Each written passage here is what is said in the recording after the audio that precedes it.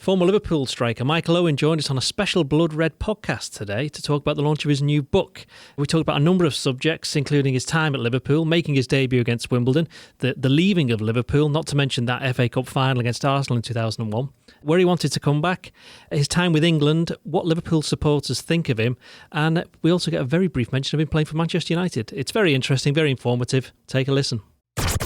Hello everybody and welcome to the latest Liverpool Blood Red podcast with me, Ian Doyle. Joining me today is Connor Dunn. Hello Connor. Hello Ian, how are you? And I'm okay, and I'm pleased to announce we've got a very special guest today. It's Michael Owen. Hi Michael. Good day, how are you? I'm okay, yourself? Good, yeah, great, thanks. Busy week? Been very busy, but we're coming to the end of it now in terms of the promotional stuff for the book, which was really good, really intriguing, and in some ups and downs, I think through the whole process, but really enjoyed it. I mean, I'm sure we'll touch on some of them shortly, but we're just going to have a quick word on your actual Liverpool career and just go through it and see what your memories of that. And the first one is obviously that you were actually brought up an Everton fan and you ended up coming through at Liverpool's Academy. Yeah, quite the opposite with my dad really, because he was a Liverpool fan as a boy, and then ended up going to the Everton. I was going to say academy. They didn't have academies back then, but youth set up, and he got into the first team, played a game or whatever for Everton, and then had to go elsewhere to find regular football. So I was totally the opposite to my dad, and of course supported Everton, because when I said to my dad, who did you play for when you were younger, it was teams like Bradford and Chester and Rochdale and Cambridge, and Everton was the only one that I thought, that sounds a good team, and hence I supported Everton. But of course, once I joined Liverpool and felt part of the club, then my loyalty switched. I mean, you obviously won the FA Youth Cup when you were at Liverpool, but you made your debut against Wimbledon. What were your memories of that? Well, I mean, everything happened really quick for me. Obviously, I left the academy to go to Lilleshall when I was 14 or 15, and that really turned me into a man, I think, from knowing how to hurt defences with speed and finishing ability, but actually to go there and then learn how to hold the ball up, how to defend, how to show people certain ways, and what to, just the sort of subtle nuances of being a centre forward, I think was what I developed there at the age of 14 and 15.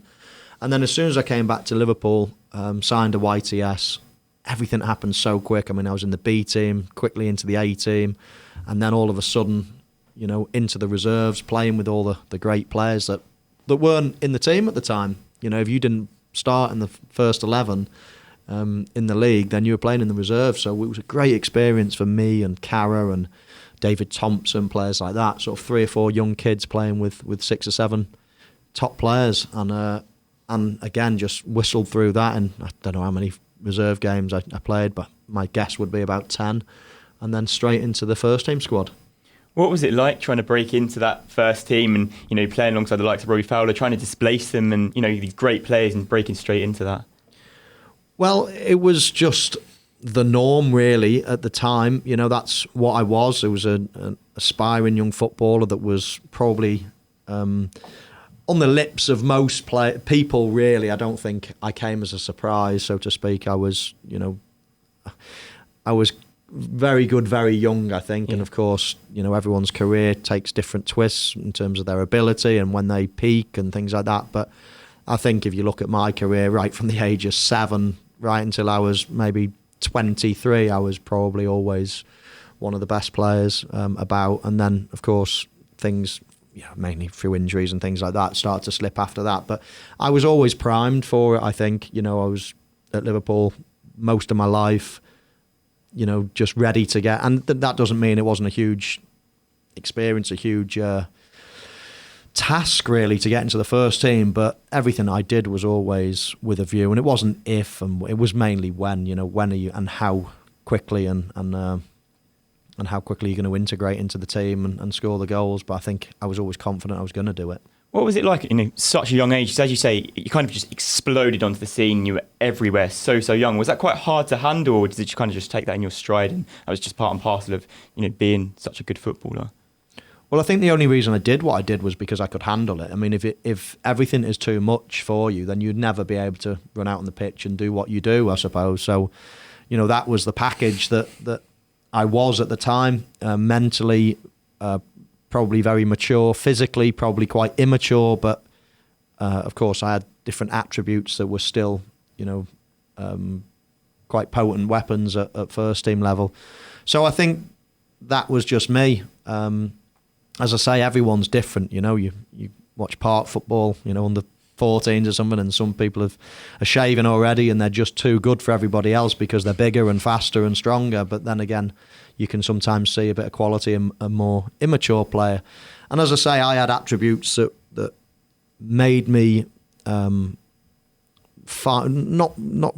readily available and readily sort of a man at 17, but certainly mentally I was strong enough to cope.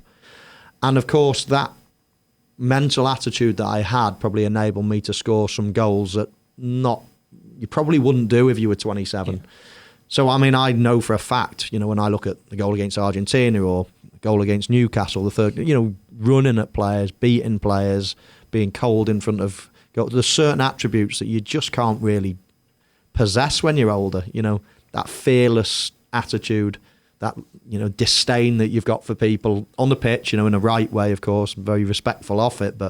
And I just had all those as a kid.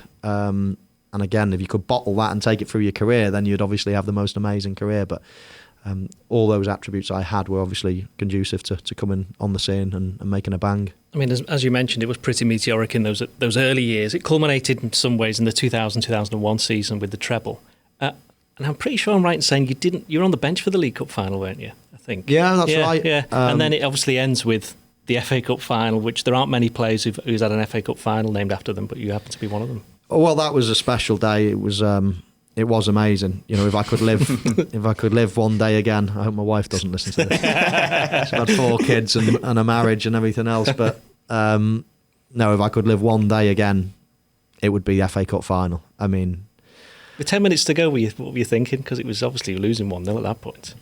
Well, I knew. I mean, I came into the game red hot form. I mean, I was banging in goals left, right, and centre really in the half a dozen games leading up to the cup final, and I just and during the game I just knew I could get a chance, I would score. I was in that rich vein of form, and obviously I had to wait a long time. And of course, once 70 minutes comes, 80 minutes go, you start thinking we're just not going to. Arsenal were brilliant team at the time, in and around the Invincible era. So many good players. But it was one of those things I almost, look at an analogy. That's nearly right.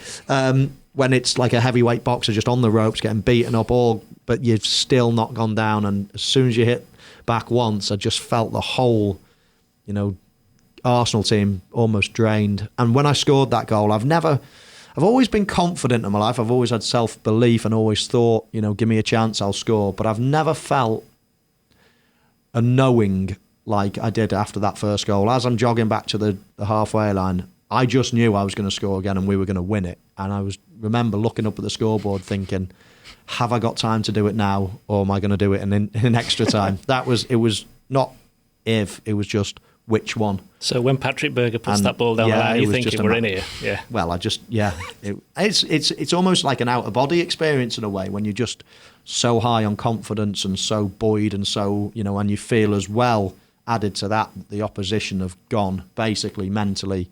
You've just shot them, even though you're still drawing, just the way the game went. And it was just, as I say, it was a real strange feeling, one that I've come close to, but never really had before, just an absolute knowing that it's going to happen again, it's just when. And that was, the whole day was just, as I say, if I could live one day again, it would be that one. Then there's the UEFA Cup as well after that. That was a bit of a crazy game. Well, it was just an amazing year, wasn't it? I mean, we played so many games. We had such a great team spirit. And I think at the time, of course, if you look back now and think, okay, League Cup, FA Cup, Europa League, it's an amazing achievement. But back then it really was. I mean, because everybody wanted to win all these trophies. There was no resting players for certain competitions. I mean, look at the teams that we played in that UEFA Cup run. It was amazing. Barcelona, Roma, Porto. I mean, it's Champions League teams right the way through. And of course Liverpool, and I think Gerard Houllier in particular, but Liverpool have obviously got the history of European competition, and to get us back in that sort of arena was a massively important thing, I think, for everybody. But in particular, Gerard Houllier, I think if you had asked all the lads, what do you want to win? If you could only pick one, then everyone would have said FA Cup, just because the majority of the lads were British and things like that. But it was the one that Gerard Houllier was desperate for. Unfortunately, we didn't have to choose out of any of them because we won the lot. So it was just a magic year. Yeah, as you say, absolutely incredible year. And for you personally, scoring goals against Roma, scoring goals against Barcelona, I think you were the top scorer in Europe that year, and obviously that culminated in you winning the Ballon d'Or. How was that? Because that is just an incredible achievement. Well, yeah, of course, it wasn't a special year, a special season, particularly obviously at club level. But of course, at international level as well, that was the year that, well, basically it was Liverpool players again, wasn't it? But we beat Germany 5-1 and I managed to score a hat-trick there. And so it was just one of those years that just continued to produce. It was amazing, goals flowed, and it was a great season. And as you say, culminated in, I remember because we were playing Roma, I think, again the next season. Anyway, I just remember being in the dressing room, and Gerard had been taken ill some months before, and we were preparing to play in Italy. And I remember Phil Thompson, they had a big thing at the time, mobile phone, no mobile phones, don't even look at them, leave them on the coach, And I saw Phil Thompson with a mobile phone in his hand. I thought, that's strange. And he sort of called me into the corridor outside the dressing room. He said, the gaffer wants to speak to you. And I hadn't heard from him for ages. Of course, he was going through the bad illness, and he mentioned it, and he said, you've won the Ballon d'Or. I wanted to tell you before the game. And if I'm honest, at the time, I was delighted. Of course I was, that's great. But I was just zoned in at the time into next game. We've got to win. It was just it was a relentless pursuit of winning, scoring, trying to win the next trophy. And as soon as he told me, I was like, oh, that's pretty cool. Thanks, boss. And it was only until later on he actually said to me, you don't realise what you've won here, do you? And I was, no, I'm proud. I'm honestly, Gaffer, I'm pleased. And he was like, no, you don't realise what an achievement this is. And to be honest, he was dead right. I didn't. And I picked up the trophy. I remember picking it up at Anfield in front of the fans, and almost I couldn't wait to just give it them back and come on, shoo off the pitch. I need to score here. We got a game about to. It was just that type of attitude at the time. But of course, I'm a bit older and wiser now, and of course it does take pride of place at home. Yeah, I was going to say, do you rank that as kind of one of your best personal achievements or best personal accolades, because you're up against the likes of Figo, Raul, Zidane, and they are great, ranked as some of the greatest players of all time? Yeah, well, listen, you never get a bad Ballon d'Or sort of lineup, do you? Of course. It's of course always going to be a star-studded list of players, and I've got the list saved on my phone as a picture, just to when I get a bit down sometimes, you can have a look at that and think, well, that was the year when I beat all those players too. But no, it was it's special. And of course now I guess it's a bit bigger than it ever has been now, because we didn't really celebrate it as English people. It was only when I moved to Madrid where I really got a sense of, people would just say, here's a Ballon d'Or winner. It was almost like you've got that title, and it was revered around Europe, but because not many people from England have ever won it. It was when I was growing up, I'd never really heard of it, to be honest. I'd heard of World Player of the Year and European Player of the Year, things like that, but I really take loads of notice. But I think it was going to Madrid when I absolutely thought, wow, this is, and I think now it's a little bit more ingrained in our culture in terms of people winning it. But I still think if you're in Italy or Spain, I wouldn't say it's the be-all and end-all, but it's a massive, massive event. Certainly still bigger than over here in Britain. After Gerard Houllier came Rafael Benitez, and then a few months later you were gone from Liverpool. In your book you explained that it didn't really make much difference with the new manager coming in, but there was something that Jamie Carragher had said that stuck in your mind, especially when Real Madrid came calling. Yeah, when my agent phoned me and said, listen, there's been a call from Real Madrid and they'd like to sign you, I was in the same room as Carragher at the time. And listen, I would share all my secrets with Carragher. Me and him were busy mates, so to speak. And as soon as I put the phone down, we both just looked at each other, and he knew what was just been said, and he just said, "Don't do it, don't go." Raul, Ronaldo, Morientes, you won't get in the team. And of course that was red rag to a bull. My mindset at that time was, not who, but don't you worry, I'll be better than all those type of attitude. And it's horrible to say, you feel big-headed saying it, but unless you actually tell it how it is, then you can't put any of these sort of stories into perspective. So that was me at the time. Just if he had said, yeah, go, I'd probably think, no, I'll stay. But I was just all for proving everyone wrong all the time type of thing. And again, that attitude gets you to where you get to. So, but no, it was, I don't know. It's in the book. It was one of those things for days. It was like, yeah, I probably should give it a go. No, I can't. Yes, I should. No, I can't. And it was just like that for so long. And it was becoming draining. And I think what I convinced myself, the bottom line is I convinced myself eventually thinking Ian Rush went to Juventus and he came back. And if I go, I can always come back. I told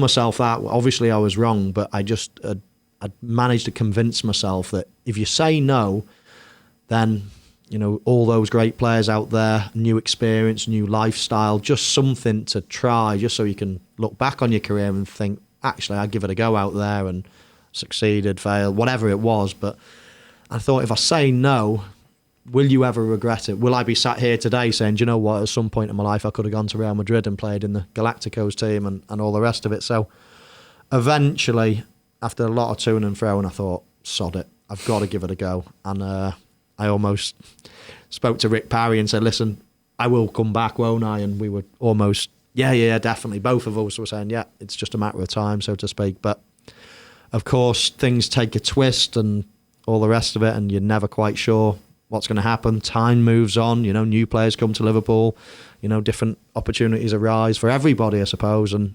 the dream that I'd almost sort of planned in my head never quite materialised, sadly. Yeah, as you say, obviously you really wanted to come back to Liverpool. Never quite happened. I think it's quite a story about the night that you signed for Newcastle, and there was kind of Liverpool interest at that time. The bid was higher. Can you tell me a little bit more about that? Well, I always thought it was I was going back to Liverpool. In the pre-season, just before we started back at Real Madrid, we had learned that Liverpool was interested in obviously taking me back, and I was obviously interested in coming back because I had done what I wanted to do. I had a great time in Spain, but of course the Premier League was what I loved, and being in England was what I loved, and certainly being at home and hopefully at my home club was what I wanted. But just as I think we met at Bruno Chirou's house because he was away at the time, and my sister was mates with his wife, so we thought we'd have a real quiet meet. Obviously, if I came back to Melwood, alarms would have been raised. So we managed to sneakily have a meeting in an empty house, and everything was just brilliant. You know, me and Rafa were absolutely fine. Rick Parry and my agent, absolutely everything sorted. And I went back to Madrid,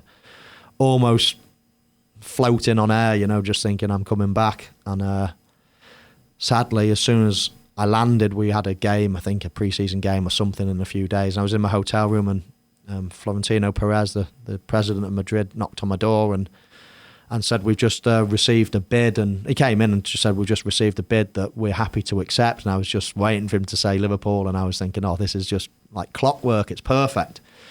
And he said, and it's so it's up to you. You can either go to Newcastle or you can stay here where we want to keep you. But if you want to go, then... And I just couldn't believe what he had said. I mean, I had no idea that Newcastle had made this bid, and of course put 16 million down when I thought, you know, we were going to get a deal done with Liverpool for the 8 million that Liverpool had sold me for. And that was that. I remember just looking at him in the eyes and saying, well, I'm not going. I'll stay then. He said, okay, no problem. No, that's fine. And of course that started a week or two of prolonged poker play, let's say, with me just saying, well, it's Liverpool or nothing. And I knew they probably wanted to take some cash for me because they wanted Sergio Ramos at the time from Sevilla. And so I knew that they were happy selling me, but I was obviously trying to hold my cards close to my chest saying, well, it's Liverpool or nothing for me, until it got right down to the wire. And I was obviously speaking to Rick Parry at this point, and Rick said, listen, we can't bid a penny over 8 million. That's, you know, that's the final sort of offer type of thing. And I knew then that 16 million Newcastle, they're never ever, and they were adamant, they were never ever going to sell me to Liverpool. So that was that. I had a decision. It was Newcastle or Madrid. And I decided for a lot of different reasons. There was a World Cup at that end of that year. Of course, Madrid had bought Rubinho as well, and I was just thinking, am I going to play much? I need to be playing. I'm in the guts of my career, so to speak. I need to be playing. So I decided that I'd go to Newcastle, but on the proviso that I had it in my contract to be able to come to Liverpool after the first season in the summer. And I was just hoping, obviously, that Liverpool might be able to have raised the funds in the meantime or something. I don't know, but I was just hoping that was almost a compromise in my mind again, that I thought, okay, I'll go to Newcastle on that basis. But of course, do my knee in the World Cup and do this and do that, and it just never happened after that. And there's a bit in the book you talk about a family vote as well. Quite an interesting story.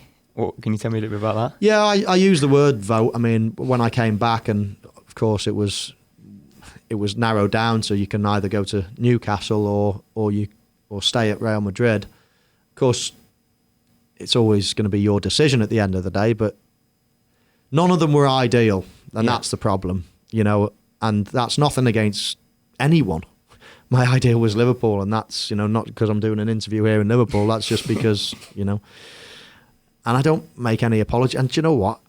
I don't get how other people can't understand it in many ways. I mean, there was so much that came out of the book, and, I just don't understand how people couldn't understand that, of course, that was my first choice, and no matter what happened then, it was going to be my second choice, or third choice, or whatever it was going to be. And that could have been any team. It could have been West Ham, it could have been Nottingham Forest, it could have been Tranmere, it could have been anyone. Whoever it was, they were never going to be where I wanted to go. And you could say, well, it was always going to fail then if you had that attitude that, but I defy anyone to have preferences, it's just a natural thing to happen. But anyway, sadly, I couldn't get back to Liverpool, and then it was right. Come on, we need to make the best of.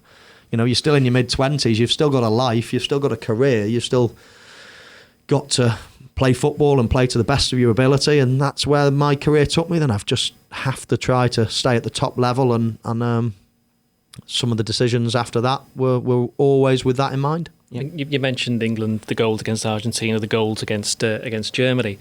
I mean, I'm just going to quickly jump in and say, for people my age, that goal against Argentina, I was 5 years old in a pub. It's the whole reason I support Liverpool. It's the whole reason I love football. So it's your fault, basically. Yeah.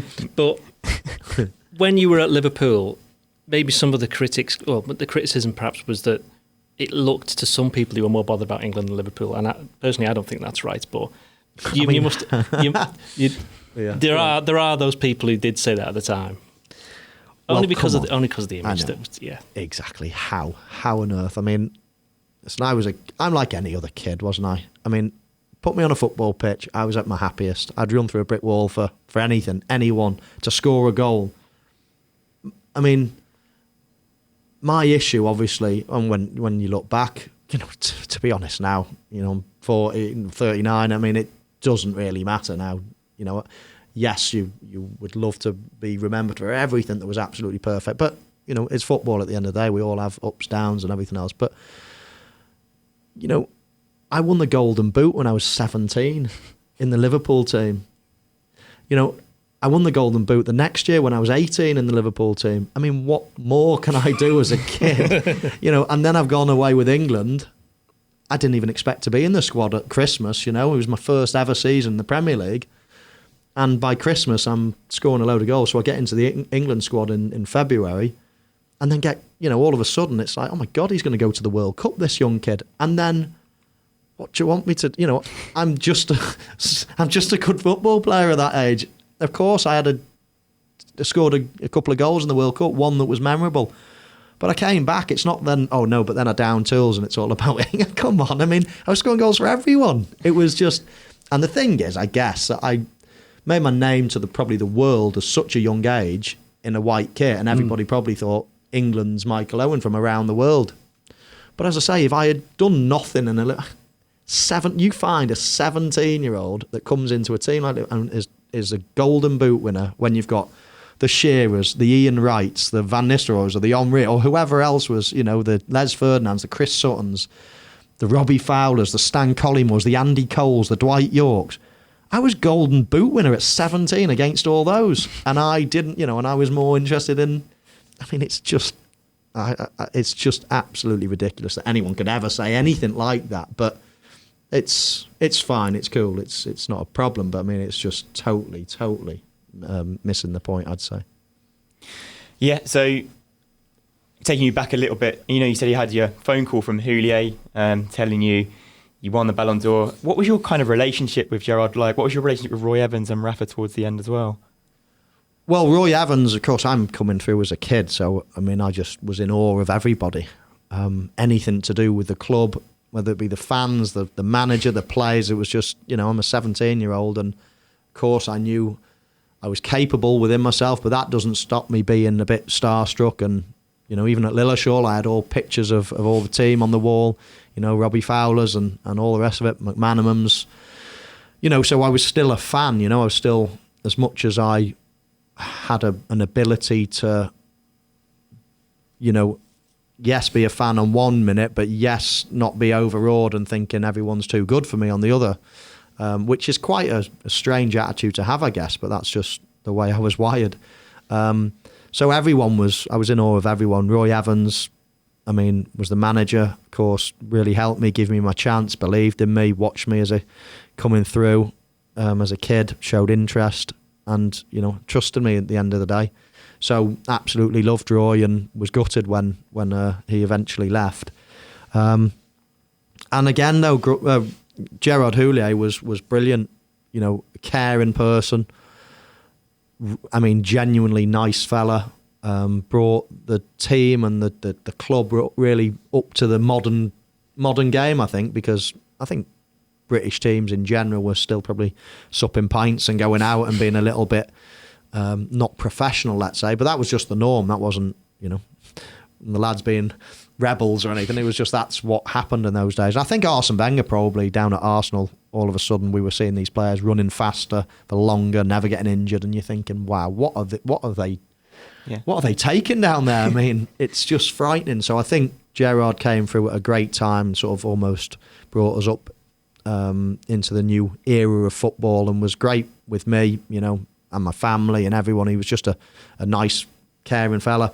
And I think you could put Gerrard in any business and they would succeed, because he knows what it makes to make everyone tick. Of course, he never played the game, so, the subtle little bits, he could never tell me how to finish, or tell Cara how to read a through ball, or tell Stevie G how to put a ball onto a sixpence. Of course he couldn't.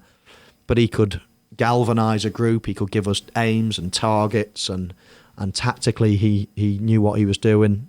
He was a decent judge of a player. So he was great influence on my career. And of course Benitez, I was only there for pre-season training under him.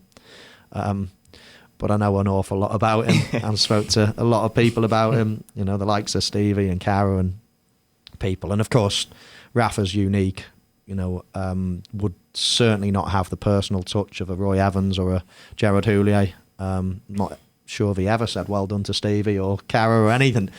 But of course, proven himself as a great coach. And with all due respect, to win the Champions League with the squad of players at the time was just one of the great feats of the modern day game. Because, of course, we've seen Liverpool probably go from strength to strength since and have much better teams. The team currently, you'd say, is the best team we've seen for a long, long time. But with the team that he had at the time, it was just a phenomenal achievement to win the Champions League. Would you ever consider management yourself?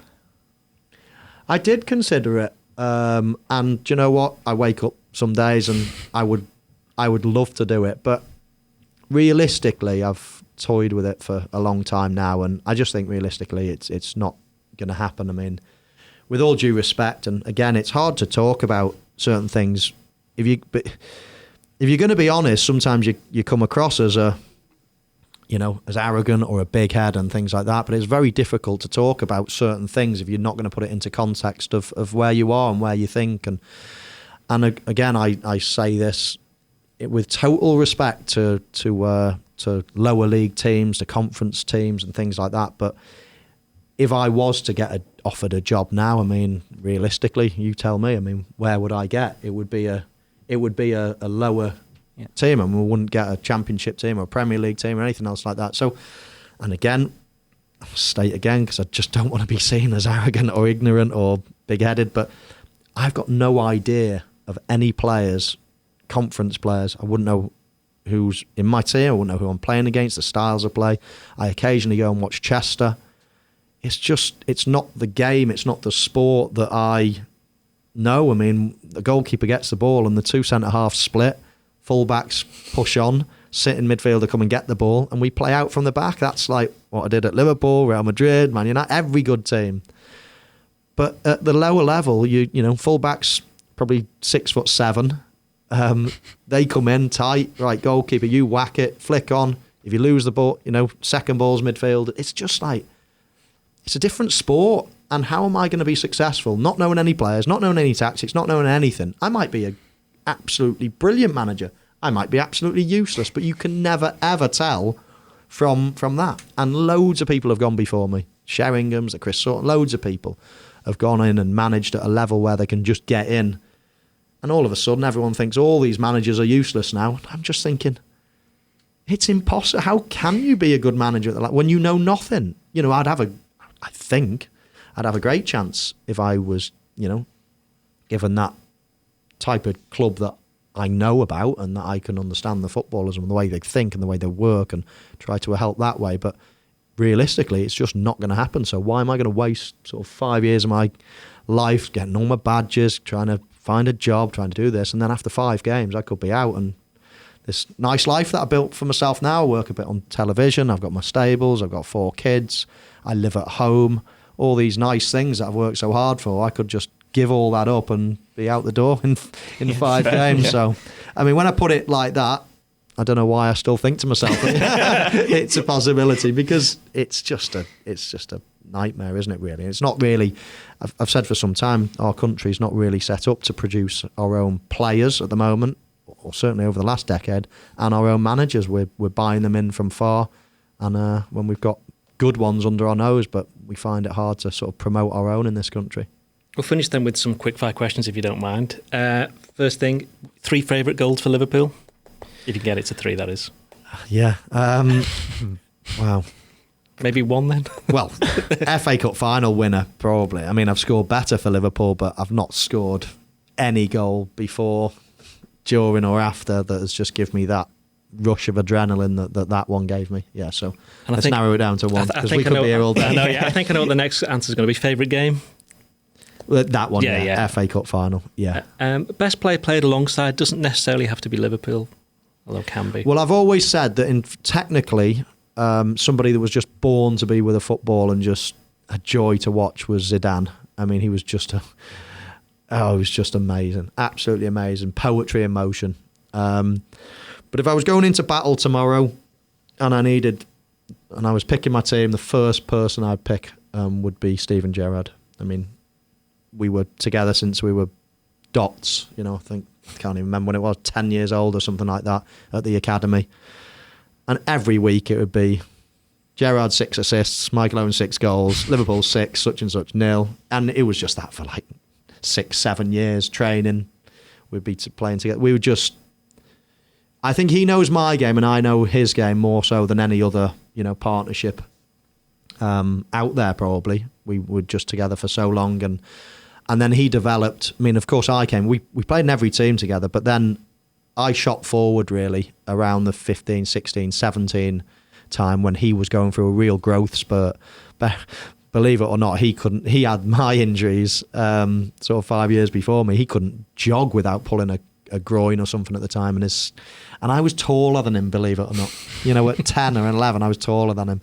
And then he just shot up, and his muscles couldn't keep up with his skeleton in many ways, and he was just pulling muscles all the time. So I shot ahead, started playing in the first team for a year or so, and he sort of came a bit later then. But of course, he finished his career much stronger than me. I was sort of petering out.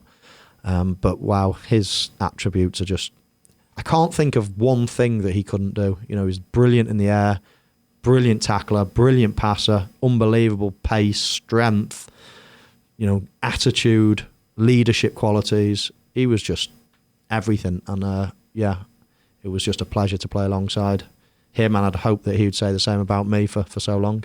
Was there anybody that was perhaps more skillful in training than Gerrard or Zidane? Was anybody at Liverpool who perhaps shone during training that maybe didn't quite do it in the game to game?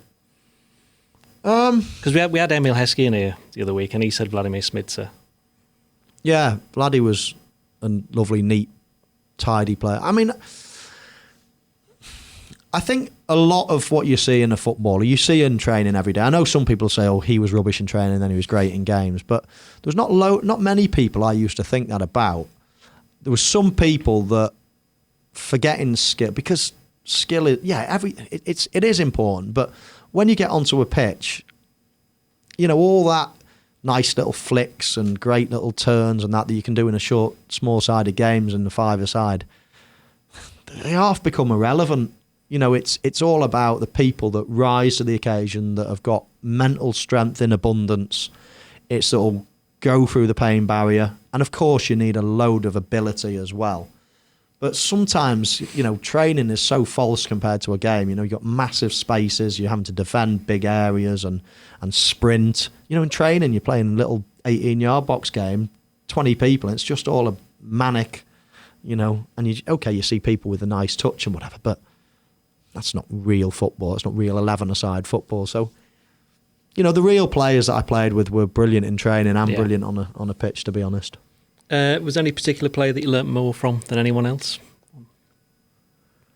Well, unbeknowingly, probably, again, Stevie Gerrard, because we just were on a wavelength, was probably ahead of a lot of other people coming right through. But I did play with some other, as I've mentioned, Zidane. I mean, I know people probably want to close their ears, but someone like Paul Scholes, but for England and Manchester United, again, playing on a different playing field to most people, just way ahead of the game. You could make him look bad if you weren't, switched on. He wouldn't even be looking at you. The master of disguise, he'd be giving you balls around the corners and he wouldn't have even looked at you, and he'd be whipping it into your feet and that, and you think, if you're on your heels, he'd be giving the ball away, but he'd just seen a picture 10 seconds before, and there it is. It's so the likes of Gerrard, Scholes, they were on different wavelengths to most. Did you have a favourite strike partner of the ones that you had? Well, again, I played with some amazing players. My favourite, I'd have to say, Emil Heskey, because he brought the best out in me. When I look back at all my great times at Liverpool, England, a lot of the time I was playing up front with him. I mean, with all due respect to him, I played with better strikers. I played with the Brazilian Ronaldo. Don't get many better than that. I mean, Shearer, Rooney, Fowler, just to name a few off the top of my head. I've probably missed a few. But Emil brought the best out of me, and I think opposites attract in life. And it's the same in centre-forward partnerships. We just did everything opposite, which made us sort of fit like a glove together. Do you think Liverpool could win the league under Jurgen Klopp? Of course they can, yeah. And that's not just... I support Liverpool, but of course I work on the television now, so I try to just give an opinion exactly how it is, and, whether I support Liverpool or not. I mean, you'd be a fool to think they couldn't. I mean, they were 1 point away from it last season. Of course they can, yeah. Do you think they will? Oh, well, I do think they will under Jurgen's time there. Yeah, I mean, I would definitely say that they've got a great chance. Will they this season? I totally see it as a toss of a coin. I mean, as much as we all want it, and Liverpool are absolutely playing to their peak potential at the moment, there is that small matter, and whether you like them or not, Manchester City are simply amazing as well. And, we can all guess, can't we? We can all say, yeah, I think Man City this year, and then at the end of the year, see, I told you I was right. But really, no one knows. We're talking about two of the best teams the Premier League has ever seen. I mean, these two teams now, I'm putting up there with the Invincibles, I'm putting up there with the United treble team, and the Chelsea team under Mourinho. They're probably the best three that we've seen in the Premier League, and I think these two are now in that top five, whether you say best, second best, whatever, but they're in that top five in my opinion. And anyone that's definitely City or definitely Liverpool is talking rubbish. I mean, it's one of those two. I mean, it just depends. Key injury, a big game, whatever happens, it's the slip of a anything. It could anything. It was 1 point last year. Both teams won their last dozen games or whatever it was. It was phenomenal, absolutely phenomenal, and brilliant to watch for everybody. And it could be exactly the same this year. It'll be very close. Final question then. You played for Liverpool, Real Madrid, Newcastle, Manchester United, we'll gloss over that, Stoke and England. You've got one game left. You can play for any of those teams. Who are you going to pick? That's a stupid question. And I need to answer it though. I mean, of course it's Liverpool. I had my best years there. I played my best there. I was at my fittest, my happiest, healthiest, all these things. But that's it's great memories for me. But of course, as well, you hear other people and what they think and what they say. So you try to just be honest and open and everything else. Certainly don't want to be seen as I don't know, something that I'm not, I suppose. But I mean, deep down, they're all the reasons that I would pick Liverpool. It always was my team. I came through the ranks. Deep rooted friendships there within the club. I'd like to think a lot of fans have got some great memories of me, and I've certainly got some great memories. But it comes to an end for everyone. Whether you're the biggest idol of the Kop or not, whether you're a Steven Gerrard, at some point, something disappointing will happen, or you have to move, or you have to retire, or great things always come to an end. And sadly, mine came to an end a little bit earlier than the likes of the Gerrards and the Carraghers, but still, I've got all the memories, so that keeps me going. Okay, Michael, thank you very much for your time. For all of our listeners, Michael's book Reboot is out now, available from all good bookshops and online as well, don't forget. Thank you very much for listening, and join us soon. Yeah, been my pleasure. Thank you. Thank you.